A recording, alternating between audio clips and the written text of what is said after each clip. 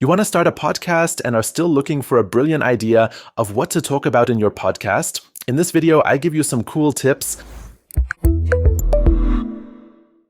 Hi, my name is Kurt Wojcicki, and I'm the owner of Kurt Creative, a 100% digital company for content marketing. When clients come to me and want to start a podcast, they usually come from a very special, specific industry. There are a lot of people in this industry who are extremely interested in this one topic, but this is usually a very specific and small target group. And the question then naturally arises, should we make a podcast for this specific target group, or should we go more mainstream?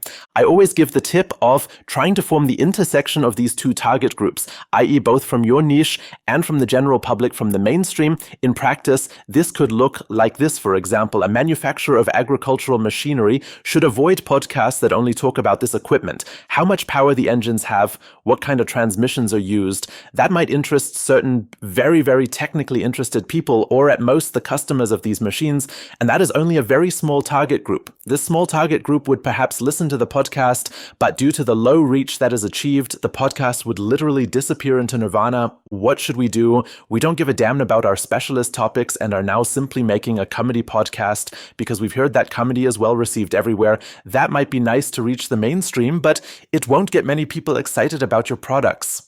The ideal solution here is to create an intersection of these two target groups. In other words, both farmers who are interested in the appliances and the mainstream who perhaps like comedy or funny stories. One solution could be to make a funny podcast in which you conduct interviews with farmers about stories from everyday life on the farm. You then talk about any funny events that might have happened during the harvest or while working with them. They are usually large families with family members and different generations living together.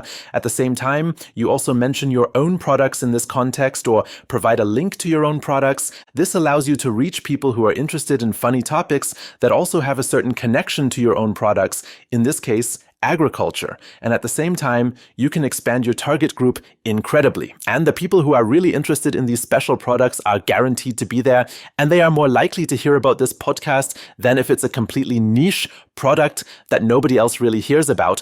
So what are these topics that are of particular interest to the general public or the mainstream in the podcast sector in Germany? If you look at the charts on Spotify or on iTunes, the same target groups always come to mind. It's comedy, media and politics, relationships, dating, sex, personal development, and very interestingly, crime stories. This genre also has an incredibly large fan base on Spotify. If you manage to find an intersection between your niche, your specialty topic, and one of these big mainstream areas, then you will be an individual podcast. Not a Me Too, not the 100th comedy podcast that exists on Spotify, and not a niche podcast that nobody knows about, but you will create something completely new that has never existed on the podcast market before.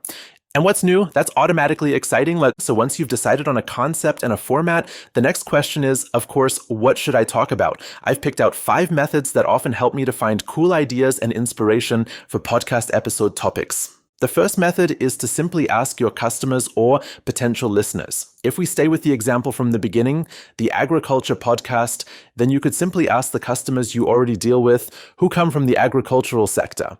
Hey, what are you talking about right now? What are you talking about? What are you currently talking about at work? At the lunch table? What's the talk of the town right now? And you can often develop lots of exciting ideas from this that you can talk about in the podcast because these are ideas from real life.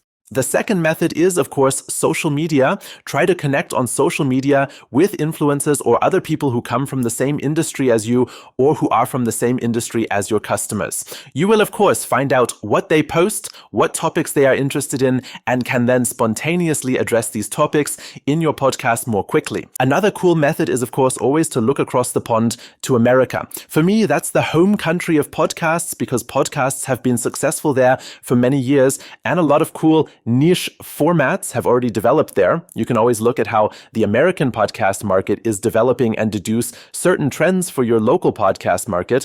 Therefore, if you speak English or at least understand English to some extent, listen to American podcasts and see what people are doing there, what topics they are dealing with, and what cool ideas they might have on how to implement a format in a clever and interesting way. Tip number 4 is the Reddit platform. I'd never heard of Reddit before, but I stumbled across it by chance because I'm also interested in some special topics, such as hip-hop culture in Germany, podcasting and radio production, of course. And there are individual forums on Reddit for all these special topics, and these forums often contain incredibly exciting and interesting things. Interesting things are posted in these forums, current trends, links to funny videos, or interesting articles, and you're guaranteed to find a special subreddit for your industry on Reddit, i.e. a special subforum that deals with your industry and current developments in your industry. Most of the time, the people on Reddit are really a few thoughts ahead of the normal social media, so it's worth checking it out from time to time. And tip number 5 is quite simple. Take a notebook with you wherever you are, or make a digital note on your cell phone and collect the ideas that come to you in everyday life. Because the best ideas usually don't come at your desk, but in completely different situations. When we are in a different situation, we have completely different influences that affect us, get completely different inspiration, and so we can collect our thoughts in all kinds of everyday situations, and then we have a cool potpourri of ideas nicely bundled in our list that we can implement in our podcast. One last tip, which doesn't belong in the series because it should go without saying, is to get feedback. Pay close attention to which of your episodes have a particularly high number of views and which episodes are perhaps not doing so well. From this, you can deduce a lot about which topics are well received by your listeners and potential customers. And don't hesitate to ask, what do you think of my current podcast episode? Ask for feedback because direct listener feedback is always the best way to further optimize your podcast. And of course, as in many areas, learning by doing, nothing beats planning. Just get started and make adjustments afterwards if necessary.